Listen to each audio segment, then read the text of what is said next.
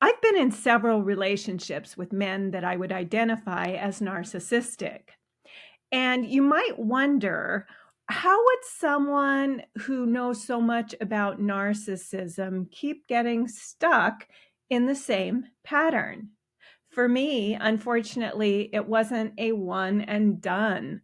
So many people go online and they tell their story about how they were in a narcissistically abusive relationship. They learned their lesson and they moved beyond it.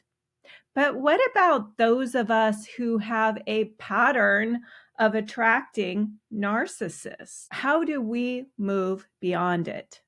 My name's Kaleah, and in this podcast, I'm going to dive deep into the underlying dynamics that keep us repeating patterns of narcissistic abuse. I'll begin by saying that not all narcissists are the same by any means. It's on a spectrum. Narcissism is a deeply seated coping mechanism that keeps the narcissist feeling safe in their own fabricated reality. And the key word here is fabricated, which means it's an illusion. When we get caught up in a relationship with a narcissist, we're seduced into that illusion, the fantasy. It might be the soulmate fantasy, the ideal love fantasy, or the belief that we finally found the one. One of the key characteristics of a narcissist is the pursuit of ideal love. They're searching for the one who meets all their requirements. But the truth is, we can never really meet all the requirements of a narcissist because what they're seeking is someone who will continually feed their narcissism. Our attraction pattern actually has much less to do with the narcissist and a lot more to do with our own fantasy programming. What do we believe love should look like? What should it feel like? How does it show up? What are the fantasies that we project onto our relationships? And what are the fantasies that keep us trapped in them? As I did my own inner exploration, I can tell you this. After the crumbling of each narcissistic relationship, I had to face a deeper truth. And that truth was often found through the long journey that we call the dark night of the soul. It didn't come as one big aha. It came as a long, slow peeling away of the illusions that I had built my life and relationships upon. The illusion that we were ideally suited to be with someone tend to die hard. I wanted to believe in the fairy tale. And after each peeling away, I stepped into a more authentic version of myself. But authenticity itself is a path that we walk one step at a time, one experience at a time. We don't typically just wake up one day and live fully in our true self. We might think we're living true to ourselves until we discover another lie, another illusion that we've been living under. I want to talk a bit about the layers that we peel away as we move closer and closer to the truth of who we are. The first layer is the false self. Narcissism has a false self at the core, a false reality to hide from the truth that is too painful and unbearable to face. So wouldn't it make sense that the false self of the narcissist meets our own false self, the one that still believes in fairy tales, perhaps, or twin flames? That false self is an ego construct, and usually there's a big wall of fear holding it up. If I say this, I'll be rejected. If I do this, I'll be abandoned. If I leave, he'll find someone else. If I end the relationship, I'll be alone. When we live from this false self, there's rarely a voice that says, if I speak my truth, it will take me closer to the truth of who I am.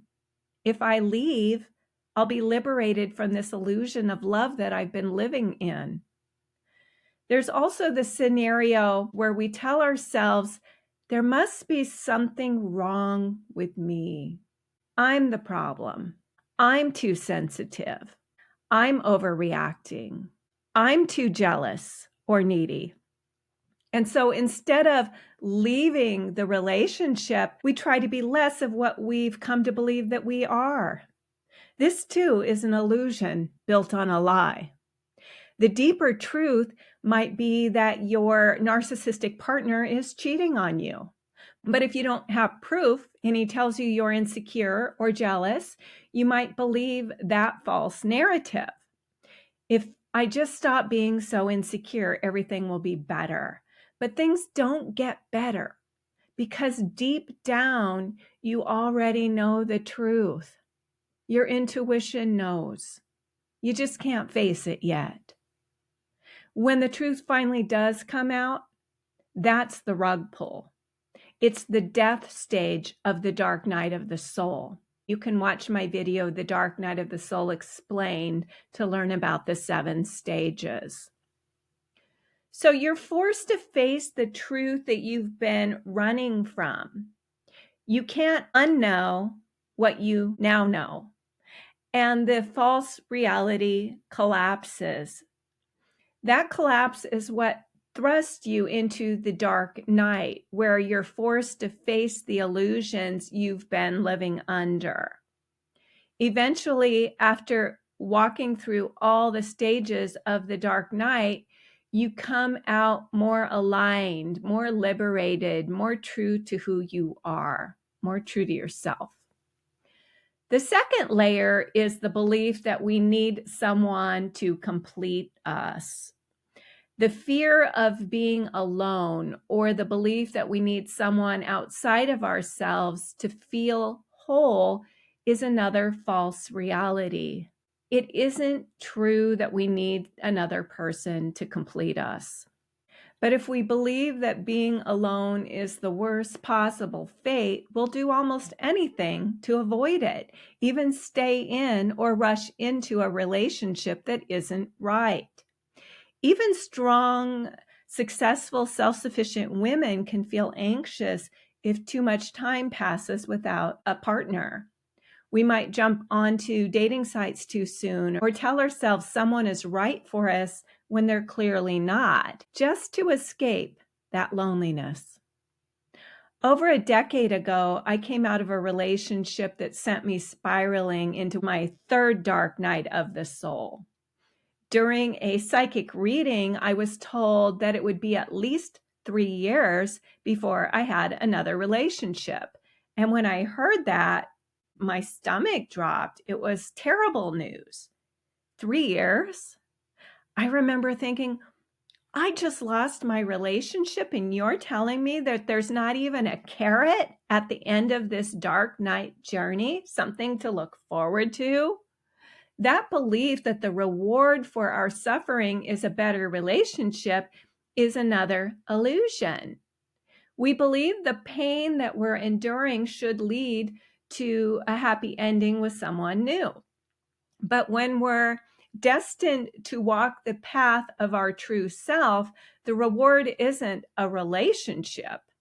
The reward is living an authentic life. Wholeness isn't found in another person.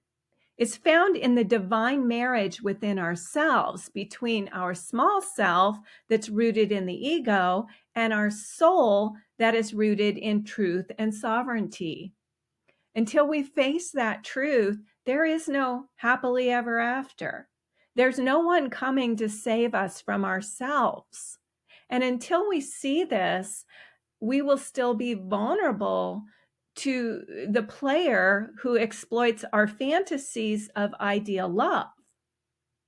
The third layer is the need to be seen as special. And let's face it, we all want to feel special. We all want to be seen, valued, validated. And in the love bombing stage of a narcissistic relationship, the narcissist mirrors us perfectly. We're told we're beautiful, strong, talented, sexy, whatever lights our fire. The narcissist plays to our need to be seen as special, and that need is rooted in the ego. It's ego comfort and gratification.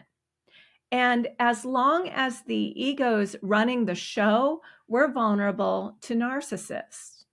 The need for validation can be stronger than the need for a healthy relationship. And when we feel that we are being seen, heard, and valued, we often overlook the red flags. Sound familiar? If you look at Maslow's hierarchy of needs, it explains a lot. At the base are our survival needs, food and shelter. And when those aren't met, that's all we can focus on. The next level is love and belonging, friendship, intimacy, connection, community. And when these are missing, loneliness and isolation create deep suffering. If you tend to be introverted or isolated, like I've been, you're even more vulnerable to anyone who comes in and makes you feel seen, loved, and valued. It feels like water when you're parched. Then come our esteem needs. That's the next layer of Maslow's hierarchy of needs. It's our self-worth, our confidence, our recognition. And when these are lacking, we can feel invisible or inferior. And that's when attention and admiration can feel intoxicating. Finally, at the top is self-actualization, living your highest potential, your truth, your purpose. But you can't truly reach that place if your more basic needs aren't being met. And that's the irony. I know for me, my whole life has been about creativity, purpose, spiritual growth, authenticity, and personal truth. But many of my needs were not being met. And the drive to get these needs met will overpower self-actualization. I would often get angry at myself for not seeing the red flags. Or if I did see them, I ignored them because my needs for connection, a sense of belonging, and love were much more powerful. In the past, I used to believe that it was our codependency that made us vulnerable to a narcissist. And although it can influence our choices in partners, often our choices go far beyond our conscious awareness. In my personal experience, I found myself attracting narcissists into my life for decades, but fortunately, I was able to recognize it within the first several months, and I would always choose me. It's one thing to be attracted to or attract a narcissist. It's another to recognize the narcissism and get out fast. This shows tremendous growth. And at this stage in your growth, you may not always spot the covert narcissist in a potential partner, but you do have your limits and your boundaries firmly in place, and this will protect you from getting too deeply involved. As a result of my own evolution, I had setbacks when I realized the truth about a person that I was dating or involved with, but I always had one eye open to the truth, which prevented me from going into a dark night of the soul when it collapsed. We can all be disappointed when things don't turn out the way that we would like. Disappointment is much different, however, than the reality collapse that happens when a narcissistically abusive relationship falls apart and the truth is revealed. In my more recent narcissistic relationships, when I recognized the gaslighting, the control drama, the manipulation, and other symptoms of narcissistic abuse, I was able to identify it and say, this is narcissistic behavior. I'm out. I suppose the reason that I've been able to do this over the past decade is the dark night of the soul that I did go through peeled away enough of who I was not that I am now a different person. I really prefer my own company to the conflict that happens in a relationship like this. I'm able to say, it's not me, it's him. I'm able to say to myself, this is crazy, and I don't do crazy. It's not that it didn't hurt, but it didn't destroy me. Now I've gone many years clean and sober from narcissistic relationships. And even though I still have some unmet needs that would fall under Maslow's hierarchy of needs in the third and the fourth level, I'm living so much more from the fifth level, which means my more basic needs no longer bypass my desire to be sovereign. Being stuck in a cycle of narcissistically abusive relationships is most often the result of our unmet needs and layers of the egoic false self that still need to be peeled away. I'm certainly not free of the ego completely, but it is much quieter now, and my soul speaks much louder. My soul will no longer allow me to live in a lie.